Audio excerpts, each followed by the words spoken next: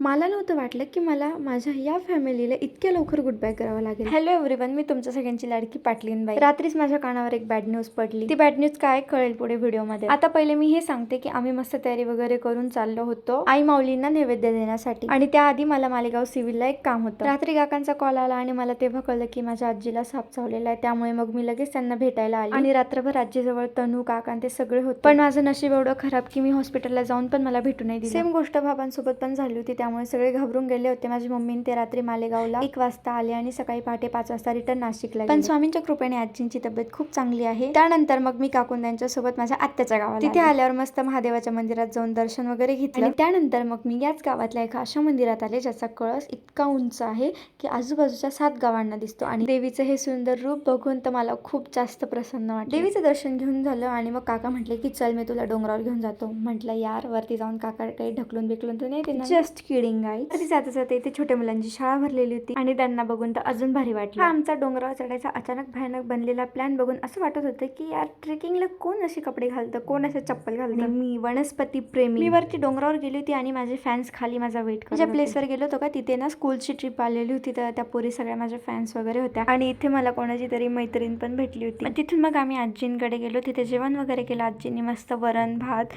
सगळं बनवून ठेवलेलं होतं आमच्यासाठी. तिथून मग आम्ही काकूच्या मामाकडे गेलो, तिथे त्यांना सगळ्यांना भेटलो आणि त्या कावेरी मामींना मला भेटायचं होतं. मग मी त्यांना भेटले आणि त्यांना खरंच खूप भारी वाटलं मला भेटून. मग म्हटलं चला यांना पण ब्लॉगमध्ये घेऊन. आणि मग मला कॉल आला आणि मला असं कळतंय की मला रिटर्न नाशिकला जावं लागलं. यावेळेस मी काकूंकडे जास्त दिवसांसाठी आली होती म्हणून मला जाताना खूप इमोशनल फील होतं. सगळ्यांनाच असं वाटत होतं की मी नाही जावं आणि मी घरी येताना सगळ्यांचेच चेहरे असे उदास पडलेले होते. मला ते बघून खूप जास्त वाईट वाटत होतं, पण माझा नाईलाज होता. मला आता रिटर्न घरी जावं लागणार. सगळ्यांना घट्ट मिठी मारून मी आता निघाले माझ्या घरी जाण्यासाठी. मला काकांनी मालेगावला सोडलं कारण इथे मला घेण्यासाठी मामा येणार होता. त्याच्या कामासाठी तो इकडे मालेगावला आलेला होता, म्हणून मग मला ते घ्यायला आले सगळे. इथून मग आम्ही हॉस्पिटलला गेलो, आजीला बघितलं आणि फायनली मला सुकून भेटले. आजीला बघून मी खूप इमोशनल झाले. माझा प्रवास संपवून मी फायनली घरी पोहोचले. सो लाईक कमेंट शेअर करायला विसरू नका. Bye bye.